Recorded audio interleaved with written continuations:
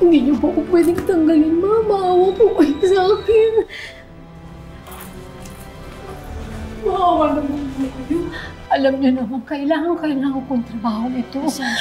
Kasi kailangan ko ipagamot ang asawa ko. Pagkatapos, nag-aaral ko po yung mga bata. Wala po kami dito. Tama na po. Tama na po, nakakahiya. Ano nakakahiya? Bakit nakakahiya? Ikinahihiya mo ba ako, Andrew? Ikinahihiya mo ba kami ng papa mo?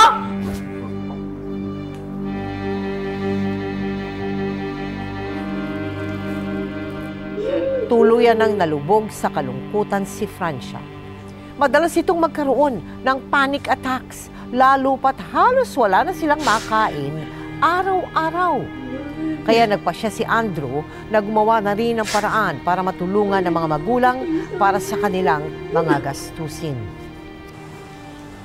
O ano, Abet, kamusta yung bentahan ng ice candy mo? Eto kuya, nakarami ako ng benta. Baka bukas dadagdagan ko na ng juice to. Ayos yan. Ay, tabi mo na yung kinita mo para may pang-project ka sa science. Opo. Ikaw, Bunso. Kuya, po wala pong bumili. Walang bumili kahit isa? Wala po Imposible naman yun. Baka hindi ka nag-alok.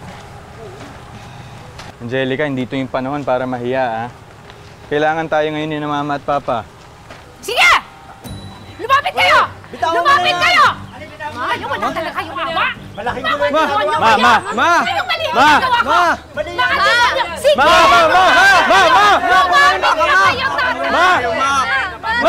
Mga anak mo kami, Ma! Abet, Angelica, Andrew! Ano yung ginagawa nyo? Maibaba nyo na yan. Maibaba nyo na yan, Ma. Ma, tama na! Ma! Kuya! Ma, relax ka lang, Ma. Andrew, Ma. Anak mo ako. Anak mo ako, Ma. Andrew, Ma. Andrew.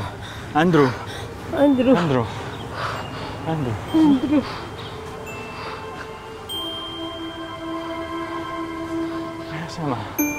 Kalma lang.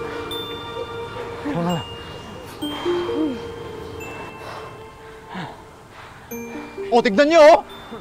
Diyan na yung mga anak ng mga siraulo. Oo, mga siraulo yan. Mga siraulo yan, eh. Ano sabi niya? Bakit totoo naman, ah?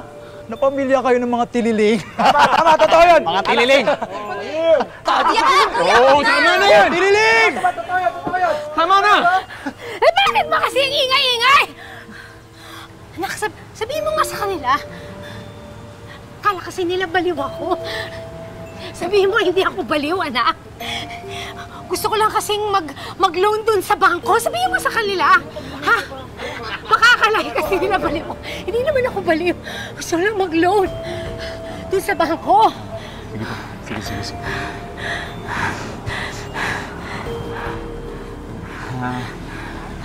Uwi na tayo, ha? Uwi na tayo, ha? Diyan kayo. Ang bago, pasoy. Pasensya na kayo. So, ano yung ginawa ninyo? Kinulong din ninyo siya kasama ng papa mo? Opo. Yun po yung last na naging resort na po namin na pag nagiging violent po, lalo na si Mama. Ayoko niyan. Nag-iisa nga lang akong anak kasi kailangan makagraduate ako ng abogasya. Alam mo, pagka pinag-droga mo, hindi na ako makagraduate. May sakit ako, pero hindi ako baliw. Pero, sabi ko nga sa kanila, ibalik na nga nila ako sa trabaho kasi kailangan ko pang ipagamot yung asawa ko. Hindi pwede nga. Kailangan mabasa ko yung Constitution of the Philippines written by the President of the world. The Police Republic of the Philippines, because they have agreed written in the book of the Constitution. Mag-uuwi ako ng ganyan para sa mga anak ko, ha? Kasi kawawa lang niya mga anak ko, nagugutom na sila. Kaya sabi ko dun sa principal, pabalikin na ako. Kasi kawawa naman yung mag-aama ko. Kung hindi nila ako pabalikin, susumbong ko sila kay Peña Francia o di kaya kay Daragang Magayon. Isang subo pa. Ang sarap niyan, magtatabi talaga ako niyan para sa mga anak ko. Important for the life of the Filipino people according to the... Pakain muna po. Hindi mo nga akong pwedeng abalahin pag nagme-memorya ako ng libro. Mag-aabogado pa ako. Pag nawala ako sa pag-aabogado ko, nag-iisa akong anak. Hindi mo pwedeng gulungin ng ganun. Hindi. May sakit ako, pero hindi ako balik. Pa, baka magkasakit kayo pag hindi kayo kumain kahit konti lang pa. Ano ba?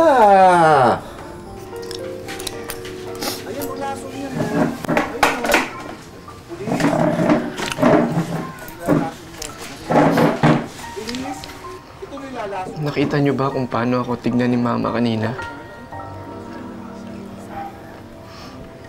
Nanilisik yung mga mata niya. Siguro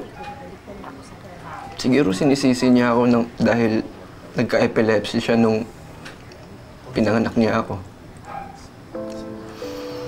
Tsaka sa ating tatlo, alam ko naman na ako yung pinakamahina. O ata yung pinakamalas dito eh. Kung sabihin niyan, hindi ka malas. Hindi tayo malas. Anong tawag sa atin, kuya? Maswerte. Swerte ba tong kumpleto nga mga magulang natin, pero ganyan naman sila. Hindi nga natin makausap ng matino eh. Hindi ko nga alam kung kilala pa nila tayo. Kaya nga tayo nag-aaral ng mabuti, di ba? Para pag nakagraduate tayo, papagamot natin sila. Hindi habang buhay ganyan si Mama at Papa. Babalik din tayo sa dati. Kaya kaysa nagrereklamo tayo, magpasalamat pa rin tayo sa Diyos. Tsaka mag-aral tayo ng mabuti. Kasi hindi natin isusuko yung mga pangarap natin at hindi natin susukuhan sila Mama at Papa. Naintindihan niyo ba? Opo, kuya. Tiniis nilang magkakapatid ang mas halumuot na sitwasyon ng kanilang pamilya. Nang maglaon, dahil sa ingay sa kanilang tahanan, ay nag-aral sila sa bahay ng mga kaklase. Buo ang loob ng magkakapatid na balang araw ay magbubunga rin ang mga sakripisyo nila para maipagamot nila ang kanilang mga magulang. Hanggang sa... Wala po akong honor. Pero tumaas po yung grade si Kuya Abet, ma, pa. Pa-proud po kayo sa kanya.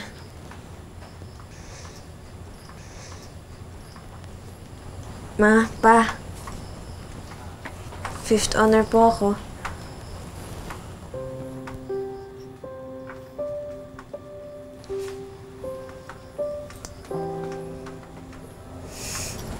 Tapat ko po yung promise ko sa inyo. Nagiging engineer na po ako.